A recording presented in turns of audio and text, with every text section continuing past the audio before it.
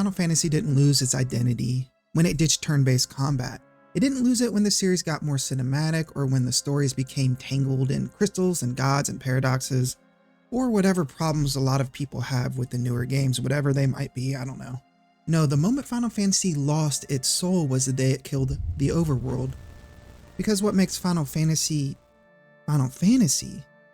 isn't just chocobos, moogles, or even crystals. Yeah, those are icons. They're iconic. But the overworld was something deeper, something fundamental and foundational. It gave the series its sense of adventure, its sense of scale, and its sense of freedom.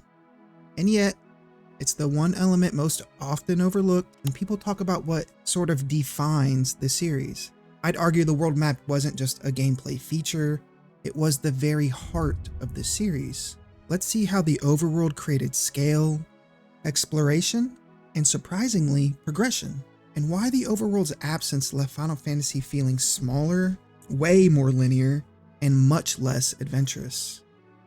Alright, so I want you guys to think back to Final Fantasy 6 or 7 or 9 or whatever your favorite old Final Fantasy is. You leave a cramped dungeon, or a bustling city that you've been exploring for hours and hours and days and weeks, and suddenly, the screen zooms out. Your big character turns small. The world unfolds into a vast miniature globe under your feet. Mountains, deserts, oceans, forests, every corner waiting for you to uncover. That simple but significant shift gave you the illusion of crossing entire continents, even if in reality it kind of just took you a few minutes to traverse.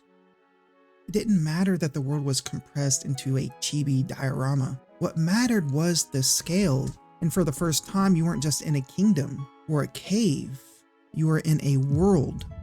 The overworld was a stage for secrets. Chocobo tracks hidden in the middle of nowhere. Islands you'd never stumble upon unless you wandered off the beaten path. Hidden shrines, legendary weapons, secret summons, treasures tucked away in the corners of the map. And it was freedom, like actual freedom. Once you got a ship or an airship, or a chocobo, whatever your favorite means of transportation was, you weren't on rails anymore. You could ignore the main quest and kind of just wander wherever your curiosity led you. The overworld made you feel like the hero of your own story, not just a passenger on someone else's. Even travel itself told a story. You didn't just start the map with an airship, you earned it. At first you were on foot.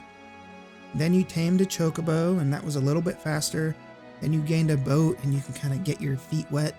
And finally, the ultimate reward, the airship, giving you the power to just soar above everything. That's a gameplay progression all on its own, and the way the world opens up to you over time is a completely different, but in my opinion, equally rewarding kind of power progression, just as much as leveling up or getting better equipment. That progression wasn't just about mobility, it was an emotional arc. You started small, powerless, and grounded. And by the end, you could see the whole world from above. That feeling, that growth was baked into the exploration of the overworld. But starting with Final Fantasy X, which, yes, I do love, by the way, like I love Final Fantasy X, the overworld was gone.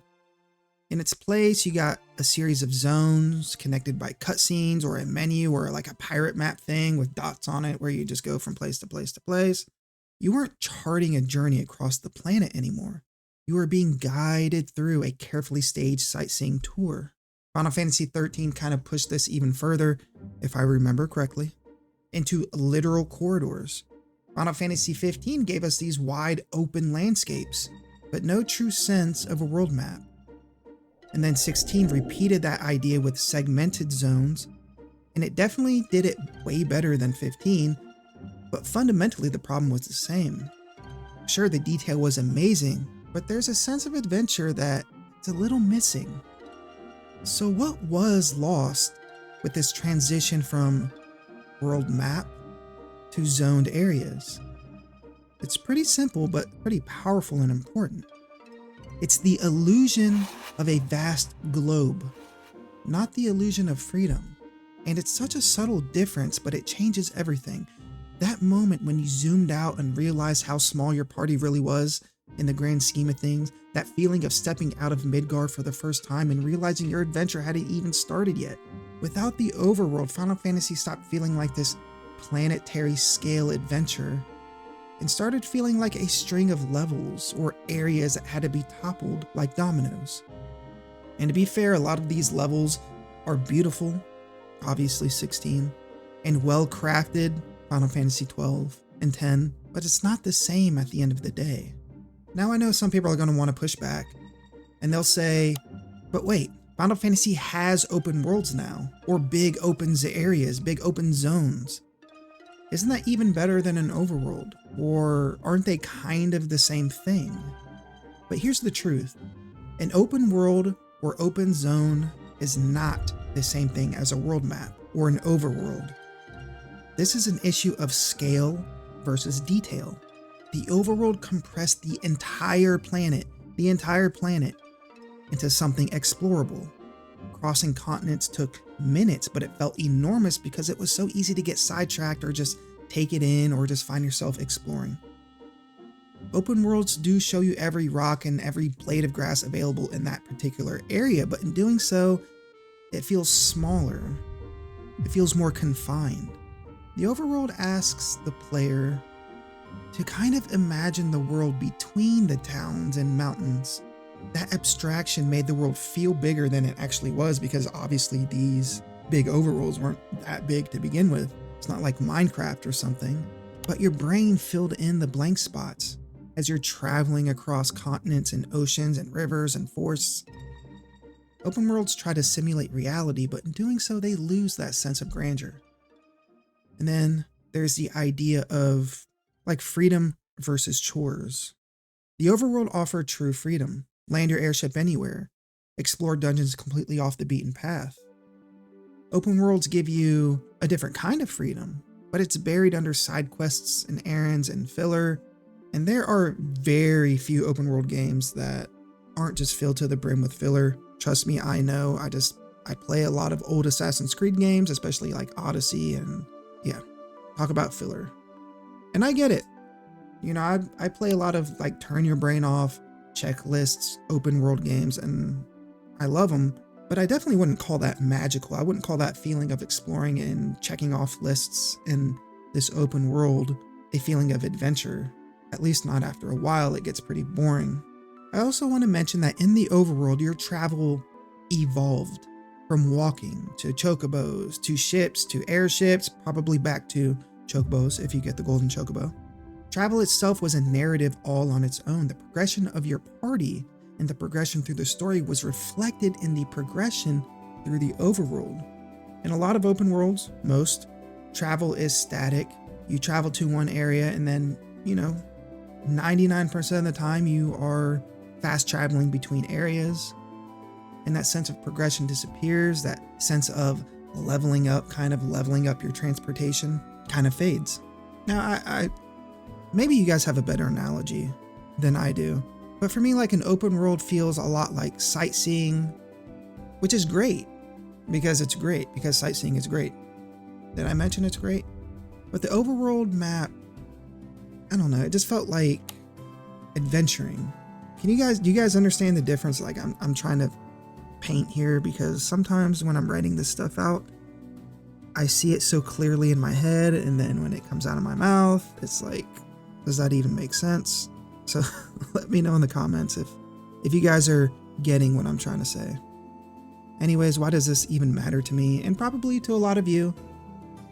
Well, for me, and I'm assuming a lot of you, probably not all of you, but some of you, when the overworld died, when they took it out of the game, out of the series, so did a fundamental part of what made Final Fantasy Final Fantasy.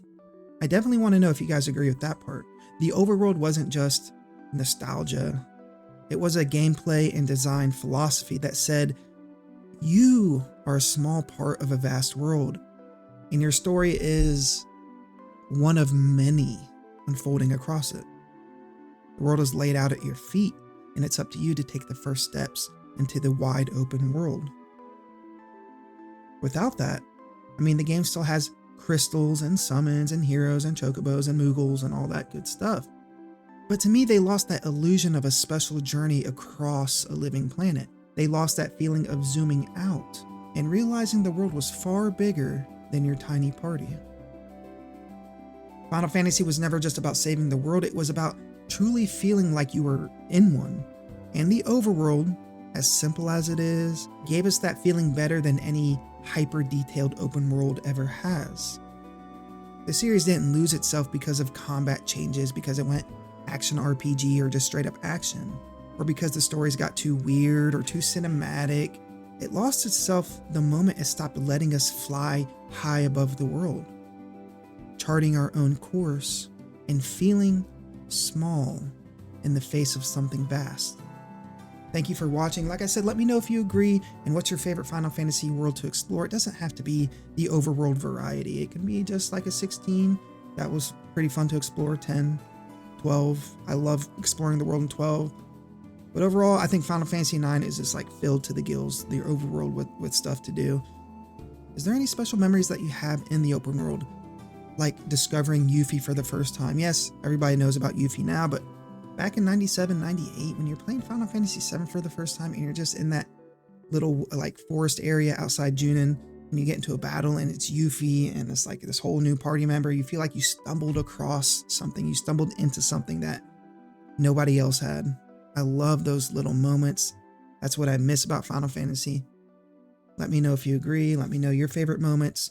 Have an amazing day, and God bless.